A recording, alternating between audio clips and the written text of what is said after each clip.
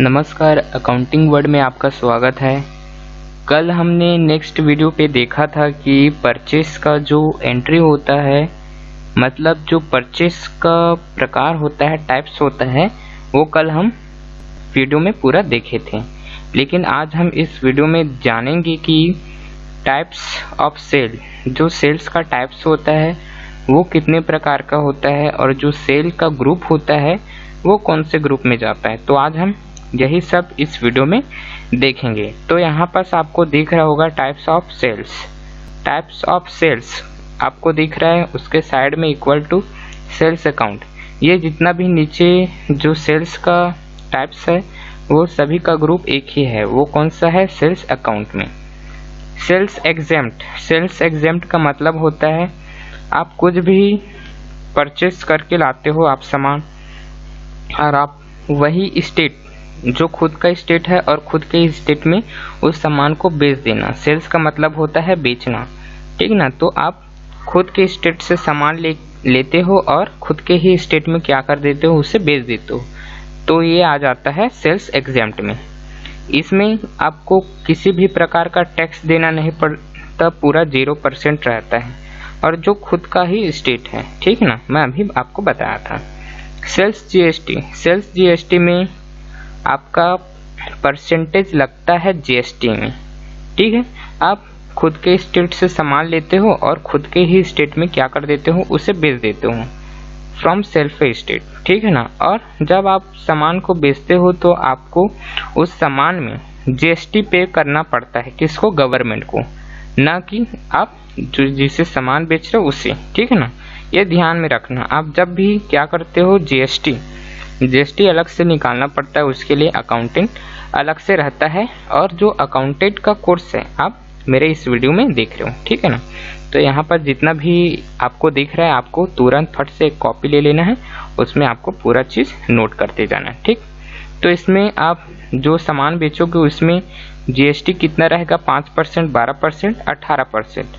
ये जो है परसेंटेज है, ये खुद के स्टेट के लिए, ठीक है ना, दूसरे स्टेट के लिए नहीं, ठीक। तो इसमें एसजीएसटी स्टेट जीएसटी टैक्स इसमें लगता है 14%, and CGST central GST tax, ठीक।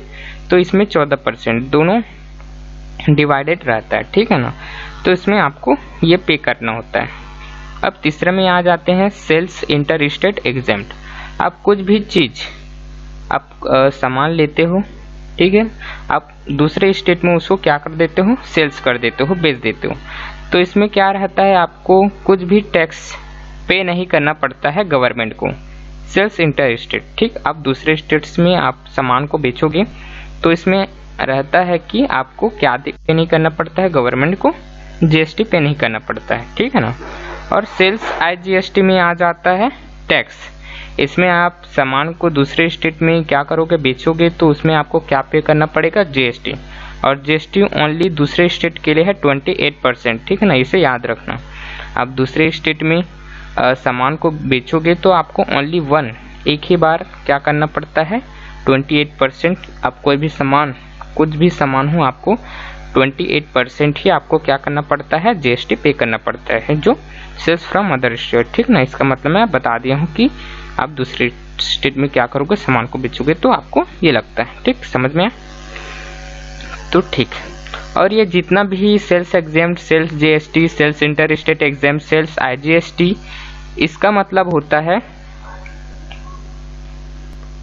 कि आपको ये जो ग्रुप है सेल्स, ये जितने प्रकार का ग्रुप है आप किस में डालोगे, सेल्स अकाउंट में, ठीक।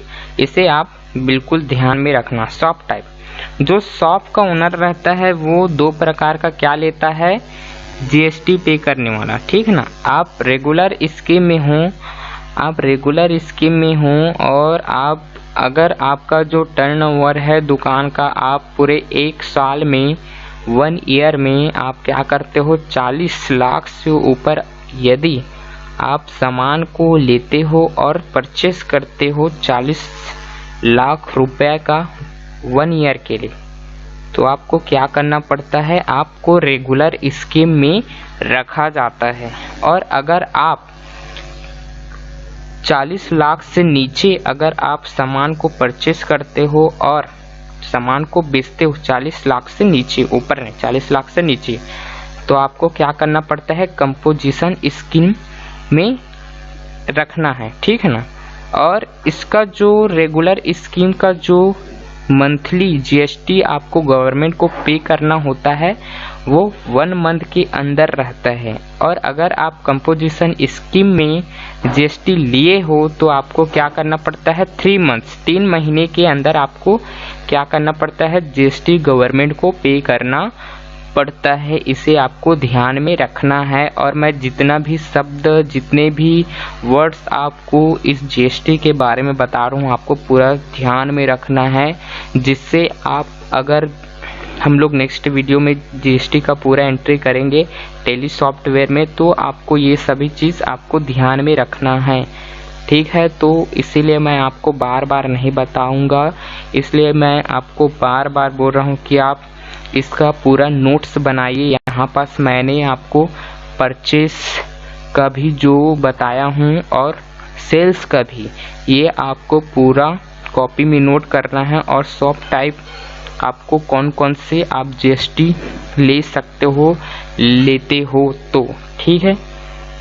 अगर आपको इसके बारे में अगर कुछ भी चीज़ आपको डाउट होता है तो आप मुझे कॉल कर सकते हो और आप मुझे मैसेज कर सकते हो। मैं आपको नीचे में अपना मोबाइल नंबर ज़रूर दे दूँगा, ठीक है।